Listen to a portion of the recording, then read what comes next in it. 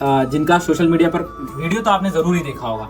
Camp का जब भी जिक्र होता है, जब भी इस तरह के इलाकों का जिक्र होता है खबरों में, तो अक्सर क्राइम से जुड़ी हुई खबरें इस इलाके से आती है। लेकिन उसी इलाके से दीपक ने एक बहुत अच्छी सफलता हासिल की है।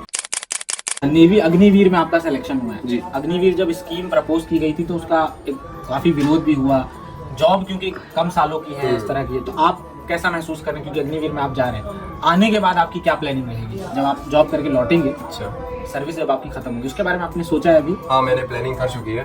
पहले मैंने एनडीए दिया 2 बार, लेकिन वो नहीं हो पाया, तो उससे मैंने उदासी होकर बैठा नहीं मैं।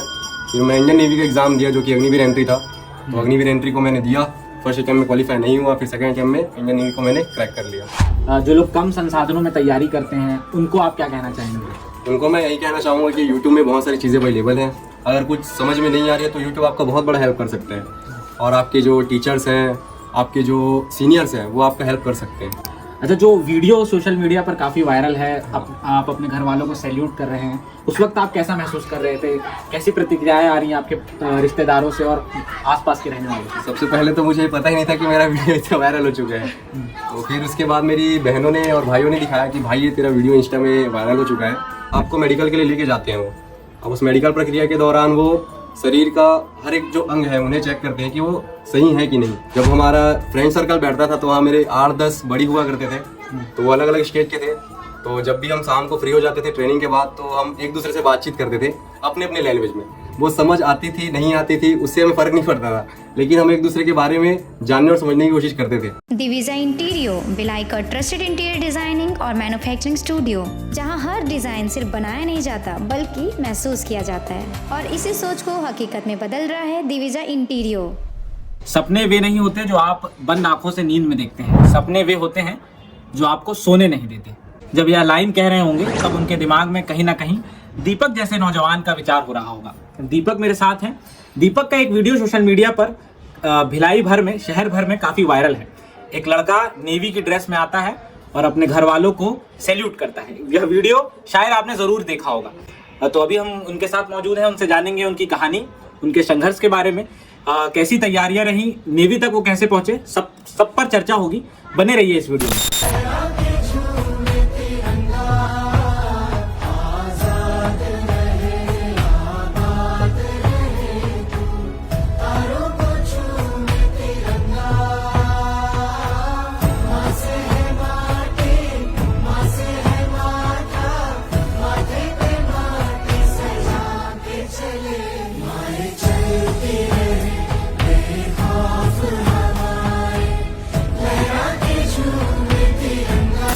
तो सबसे पहले तो बहुत बहुत बधाई आपको। समझ गया, और मेरा आपको बहुत बड़ा जय हिंद कि आपने मुझे इस प्लेटफॉर्म में आने का मौका दिया। शुरुआती पढ़ाई के बारे में आप थोड़ा सा बताइए कि शुरुआती पढ़ाई आपकी कैसी रही और कब आपने सोचा कि मुझे फोर्स में या नेवी में जाना है?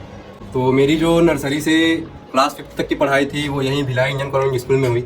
उसके बाद 6 में मैंने सरस्वती विहार स्कूल को ज्वाइन किया। फिर वहाँ मैंने 6 से 12 तक की पढ़ाई की, और जब मैं 6 या 7 क्लास में था तभी मेरे दिमाग में ख्याल आया कि नहीं, मुझे यूनिफॉर्म ये चाहिए, क्योंकि उस टाइम आर्मी वालों को देखते थे। 6-7 क्लास में आपने फैसला ले लिया था कि मैं जाऊंगा, लेकिन कैसे जाऊंगा ये पता नहीं था। और जब मैं फिर 10th के बाद गया, 11th-12th में मुझे समझ में आया कि किस तरह की फौज में एंट्री है, फौज में जाने के क्या क्या तौर तरीके हैं। फिर उनको मैंने प्रयास किया। पहले मैंने एनडीए दिया 2 बार, लेकिन वो नहीं हो पाया, तो उससे मैंने उदासी होकर बैठा नहीं मैं। फिर मैं इंडियन नेवी का एग्ज़ाम दिया जो कि अग्निवीर एंट्री था।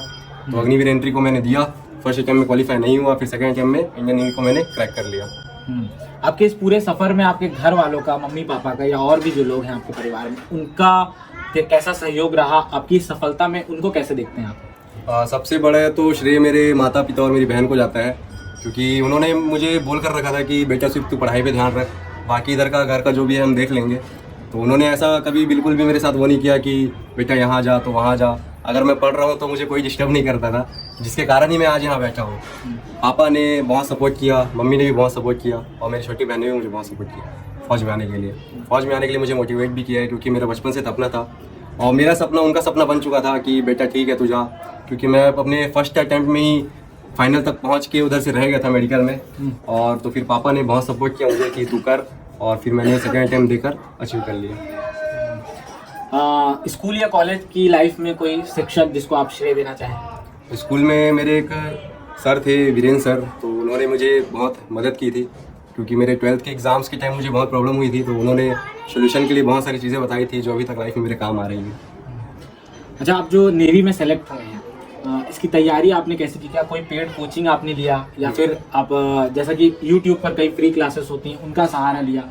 कैसे किया आपने तैयारी इसकी? मुझे एग्ज़ाम पैटर्न समझना था, तो मैंने जब फर्स्ट एग्जाम दिया था जस्ट 12th के बाद ही, तो मुझे एग्ज़ाम पैटर्न समझ में आ चुका था कि क्वेश्चंस कहाँ से आ रहे हैं। फिर मैंने थोड़ा ऑनलाइन यूट्यूब में देखा क्योंकि वहाँ बहुत सारी चीज़ें अवेलेबल है, तो मैंने थोड़ा देखा एग्ज़ाम के बारे में और डीप में जाना कि किस तरह से क्वेश्चन आ रहे हैं, कहाँ से क्वेश्चन आ रहे हैं। फिर उन क्वेश्चंस को मैंने पकड़ा और मैं डिप्लोमा इन मैकेनिकल कर रहा था दुर्ग यूपीयू कॉलेज से, तो उधर से मेरी पॉलीटेक्निक की फर्स्ट ईयर चल रही थी, तो उसके दौरान उसका सिलेबस और दोनों का सिलेबस सेम था, जिसके कारण मेरी तैयारी और स्ट्रांग हो चुकी थी, तो फिर मैंने उसे अच्छे से इस बार क्रैक कर लिया। कोई पेड कोचिंग कुछ ऐसा आपने नहीं लिया? नहीं, कोई पेड कोचिंग नहीं लिया मैंने किसी भी तो प्लेटफॉर्म से। कहीं ना कहीं जो लोग कम संसाधनों में तैयारी करते हैं उनको आप क्या कहना चाहेंगे? उनको मैं यही कहना चाहूँगा कि यूट्यूब में बहुत सारी चीज़ें अवेलेबल हैं, अगर कुछ समझ में नहीं आ रही है तो यूट्यूब आपका बहुत बड़ा हेल्प कर सकते हैं, और आपके जो टीचर्स हैं, आपके जो सीनियर्स हैं, वो आपका हेल्प कर सकते हैं इस चीज़ में। अच्छा, जो वीडियो सोशल मीडिया पर काफ़ी वायरल है, आप अपने घर वालों को सैल्यूट कर रहे हैं, उस वक्त आप कैसा महसूस कर रहे थे? कैसी प्रतिक्रियाएं आ रही हैं आपके रिश्तेदारों से और आसपास के रहने वालों से? सबसे पहले तो मुझे पता ही नहीं था कि मेरा वीडियो इतना वायरल हो चुका है, तो फिर उसके बाद मेरी बहनों ने और भाइयों ने दिखाया कि भाई ये तेरा वीडियो इंस्टा में वायरल हो चुका है। फिर मैंने देखा, और जो बात रही सैल्यूट की आपने कही, तो सैल्यूट तो वो तो देना ही था क्योंकि मैंने पहले से सोच के रखा था कि मैं जब यूनिफॉर्म पहन के घर आऊँगा तो पहला सैल्यूट अपने माता पिता को दूंगा। नेवी अग्निवीर में आपका सिलेक्शन हुआ है जी। अग्निवीर जब स्कीम प्रपोज की गई थी तो उसका एक काफ़ी विरोध भी हुआ, जॉब क्योंकि कम सालों की है, इस तरह की है, तो आप कैसा महसूस कर रहे हैं? क्योंकि अग्निवीर में आप जा रहे हैं, आने के बाद आपकी क्या प्लानिंग रहेगी जब आप जॉब करके लौटेंगे? अच्छा, सर्विस जब आपकी खत्म होगी उसके बारे में आपने सोचा है अभी? हाँ, मैंने प्लानिंग कर चुकी है। तो सबसे पहले तो मम्मी पापा मुझे बिल्कुल अलाउ नहीं कर रहे थे फौज में जाने के लिए, लेकिन जब अग्निवीर स्कीम आई तो वो 4 साल की थी, जो शॉर्ट टाइम के लिए है, और जो बाकी जो ड्यूटी थी वो 15 साल की होती थी पहले, जैसे आप भी जानते हैं, सब जानते हैं। तो इन 4 साल में फ़ायदा ये हुआ कि मुझे फौज में जाने का मौका मिला और यूनिफॉर्म पहनने का मौका मिला। और बात रही उसके बाद की, तो हमें स्टेट कोटा में बहुत सारे रिजर्वेशन मिल रहे हैं जिसके थ्रू हम अपना जॉब ले सकते हैं, और उसके बाद अगर आप चाहो तो आपको एक अग्निवीर पैकेज मिलेगा जो सब जानते हैं। उस पैकेज के थ्रू आप आगे अपनी पढ़ाई कर सकते हैं, जिससे आप और इससे कुछ ऊंचा पद आप हासिल कर सकते हैं। तो इसके लिए मैंने प्लानिंग कर चुकी है, और इसके बाद मेरी प्लानिंग ये है कि मैं आगे और पढ़ाई करूँगा। मतलब वापस आने के बाद आप हाँ, पढ़ाई पे फोकस करके कुछ और करेंगे? यस। रिटर्न एग्जाम क्लियर होने के बाद जब आप फिजिकल और मेडिकल में हो तो उसका अनुभव कैसा हो? क्योंकि कई बार अभ्यर्थी रिटर्न एग्जाम क्लियर कर लेते हैं लेकिन मेडिकल को लेकर के बहुत ज़्यादा अवेयरनेस नहीं है, जानकारी भी अवेलेबल नहीं होती है या प्रॉपर गाइडेंस होती है, तो ऐसे में बहुत दिक्कतें होती हैं। कैसे मेडिकल कैसे होता है नेवी का, और आपका कैसा अनुभव रहा? नेवी का फिजिकल मेडिकल ये था कि इस साल जब मेरा फिजिकल हुआ था तो वो जून जुलाई के टाइम में हुआ था। उस टाइम वहाँ मेरा जो फिजिकल मेडिकल है वो विशाखापट्टनम में हुआ था, तो उस टाइम बारिश हो रही थी, तो हमारा सारा जो उस टाइम की प्रक्रिया है वो फिजिकल मेडिकल पूरा बारिश में हुई। तो वहाँ ये होता ये है कि सबसे पहले तो आपको 1600 मीटर दौड़ाया जाता है 6.5 मिनट के अंदर में। अब उसके बाद आपको फिर पुशअप, बैंकनी और स्क्वाट्स, जिसे हम उठक बैठक कहते हैं, वो आपको करवाया जाता है। वही 15-20 करना रहता है, ज़्यादा नहीं है। फिर उसके बाद आपको मेडिकल के लिए लेके जाते हैं वो। अब उस मेडिकल प्रक्रिया के दौरान वो शरीर का हर एक जो अंग है उन्हें चेक करते हैं कि वो सही है कि नहीं। तो वो सही है कि नहीं, उसका लिए हम वही कर सकते हैं कि अगर आपको कुछ लग रहा है पहले से कि नहीं मेरे अगर नॉक नहीं है या फिर कुछ दिक्कत है कहीं, तो उसे आप पहले से ठीक करवा लीजिए ताकि आपको मेडिकल में प्रॉब्लम ना हो। और उसके बाद हमारा रिटर्न होता है, जो फेज़ 2 का रिटर्न होता है, उसके थ्रू ही मेरिट बनती है। तो फेज़ 2 का जब रिटर्न होता है तो उसमें वो क्या करते हैं कि थोड़ा सा एसी वाले हॉल में लेके जाते हैं जहाँ ठंड पड़ती है। तो उस ठंड में वो थोड़ा सा प्रेशर देने की कोशिश करते हैं एग्ज़ाम के बीच में कि आप प्रेशर को झेल पाकर रिटर्न दे पा रहे हैं कि नहीं।